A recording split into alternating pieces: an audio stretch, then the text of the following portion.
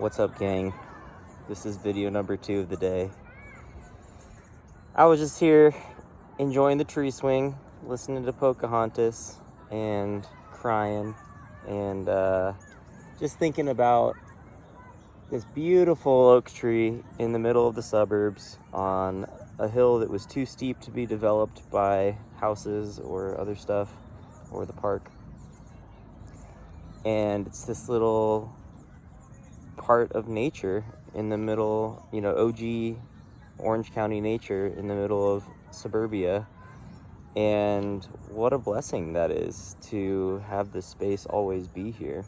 I often think of like these beautiful places like Yosemite or Sequoia or Catalina where, you see these incredibly high, beautiful things of nature, like whether they're giant trees or rock walls or waterfalls or the ocean.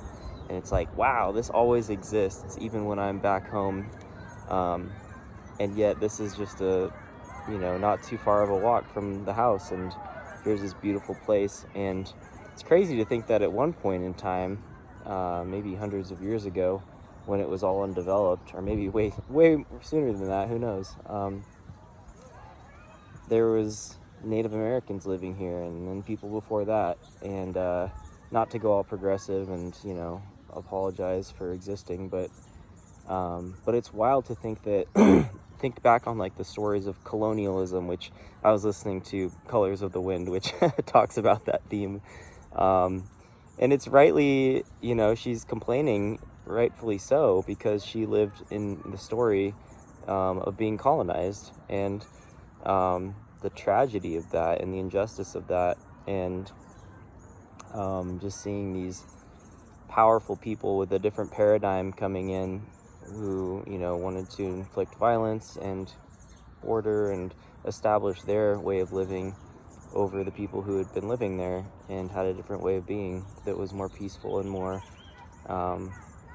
in tune with nature and stuff, and had an appreciation for nature. Like they say, like, I forget the exact lyrics, but basically like every tree and every bird has a name, and in those native cultures they knew the name and they saw the interrelatedness of everything that existed in nature, and they didn't feel separate from it. They felt like they too were a part of nature, and they didn't try to conquer nature. They saw even the hailstorms and the another lyric says like, I see the storms as brothers and sisters. And the next song talks about a river and how they appreciate how a river is always different every time you re-enter a river, and talk about making peace with the divine feminine, aka nature, aka unpredictability and things outside of your control. The Native American people and the native tribes, like of all cultures, had an understanding of that, of how to do that. And so I'm sitting in the tree and I'm watching these birds hop around these little branches, grab onto these tiny little branches. They're like little wren-sized birds, and eat the bugs off the bottom sides of these oak leaves. First I thought they were like mold spores or something, but they must be like larvae of some small bug, because the birds hop right up and look underneath each leaf and then peck at them, and they're eating what appear to be larvae off the tree leaves. And just sitting here, thinking like, and there's more and more theories of consciousness saying that consciousness is probably the most fundamental part of reality, not physicality, but actually consciousness is a layer beneath physicality. And that has implications for like what is consciousness, because we know that like dogs have a certain level of consciousness, so why not birds? So why not other things potentially, right? Even things we can't necessarily perceive as being conscious, like plants and stuff, which apparently do better if you talk to them nicely. So thank you, tree. So yeah, it's definitely like it's beyond my scope of knowledge, but coming back to the idea of consciousness and interconnectedness, just sitting here in this tree, and it's so beautiful and like quiet. And I saw this ties in as well, but I saw the power went out in Spain recently, and all the people lost their devices and lost probably their normal ways of life, maybe even transport, and just had to like hunker down with their family and friends and rely on each other and rely on strangers. And when you lose access to all of the conveniences of modernity and you're left with your immediate environment, and society shuts down, which, hey, buy some buy some food in case that ever happens, right? But all you have is people and relationships and what you can create with your own two hands. And you lose a lot of comfort in that. You lose a lot of convenience, but what you gain is this ineffable experience of being present and acceptance of what is. And you really have no other choice but to deal with the hard parts and the challenging parts and the discomfort of that, whatever that looks like, whether it's the power going out or something else. And I'm not just talking like conspiratorial disasters here. I'm talking going camping and having less access to convenience, or being in a tree, which is what I was doing, listening to Pocahontas. And there's a completeness in that. Like, I'm thirsty, I'm hot, I'm sweaty, but I'm hungry. I haven't eaten breakfast yet. It's like 2 p.m. And I don't want to leave. It's like being able to handle the discomfort is what it teaches you, and appreciate things despite feeling not perfectly comfortable. And our society doesn't teach that. And certainly doesn't teach you to think about the consciousness of the birds and how, on some level, they're creating a positive experience for me, and that I'm relying on them and this tree for the amazing feeling of peace that I have here, that I could not conjure up the minute I step into my house, talking about different environments and spaces and how they hold feelings and memories and thoughts and patterns of behavior. A tree and birds jumping around eating their meal for the day is just a gift to my consciousness, and it conjures a state of being within me that allows me to transcend things that would otherwise bother me or feel like an inconvenience, like being hungry or thirsty or warm. And it's just a different paradigm. It puts my mindset and my nervous system in a completely different state. And it's something that has to be gifted from nature. It can't be, yeah, you can meditate. Yeah, you can like do breath work or cold plunge or whatever. And there's different modalities that are becoming more and more popular and readily available. But there's no substitute for nature. And it really makes me think, like, what is my relationship to nature?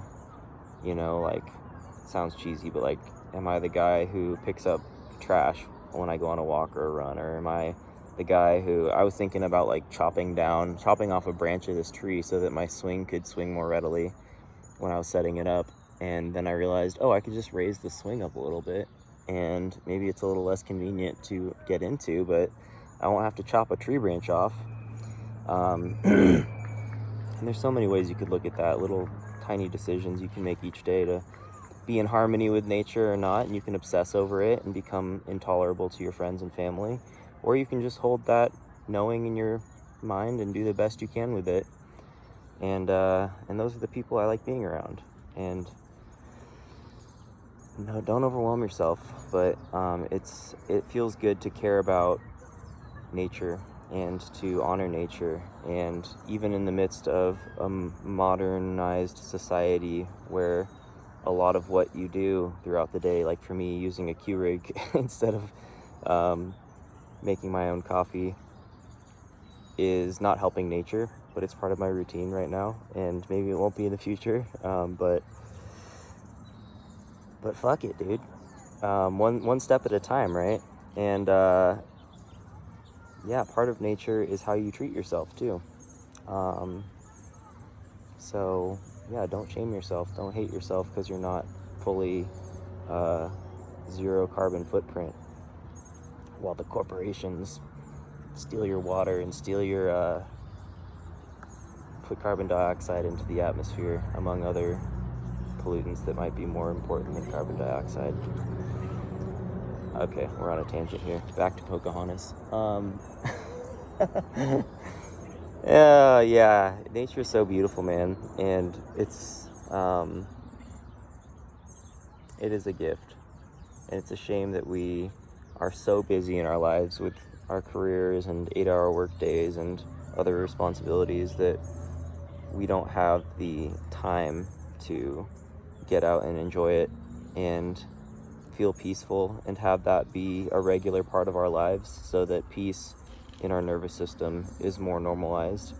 Because when it is more normalized, we become the person at work who brings that peace with us.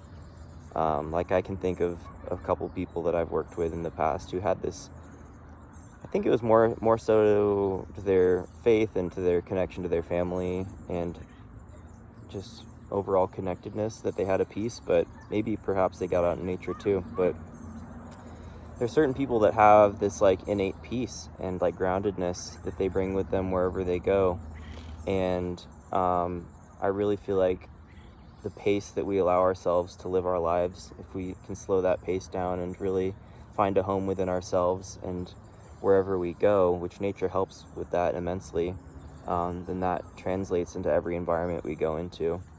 And yeah, this is medicine. I hate that word, it's spiritual, but it is medicine because it helps us and it changes our state of being and it brings us to a healthier place. So nature is medicine in that way. And yeah, I just love it. I love the feeling of being a part of nature, not being the conqueror of nature, not being the one who asserts leadership or power over nature, has to claim responsibility for nature. I get to just exist within nature and be subject to it. I could fall out of this tree and die. There is power in nature. And even going in the ocean and realizing, oh, I could get hit by a wave and not come up. Like, we are very much a part of nature, and it's an illusion that we have conquered this thing. That there are gods beyond us. There are forces of nature that are more powerful than us, even to this day. And yeah, talk about the transcendent and the power of the transcendent. You could call that the power of God if you were to put God's power within the category of nature. There are gods beyond us and a God beyond us, depending on how you look at it. But glad to be here, and definitely am just soaking up the humbling power of being in this tree and the humbling reality that maybe my needs aren't actually needs, but my perceptions of my homeostasis and my comfort levels and conveniences and immediate access to water or food or a perfectly room temperature household aren't actually as necessary as I paint them to be in my life. And that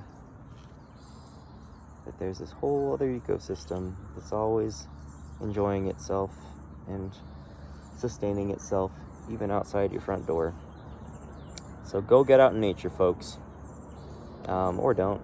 You don't have to do anything. You don't have to shame yourself for not going out in nature either.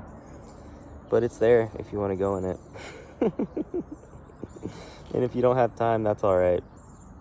I hope you can find peace in your routine and enjoyment in your routine, even when your preferences aren't met and you are not as comfortable as you would like to be, whether it's physiologically or financially or in any other way that makes you feel uncomfortable. I hope you're able to pause and slow down and just enjoy the moment despite the imperfections. All right. Peace.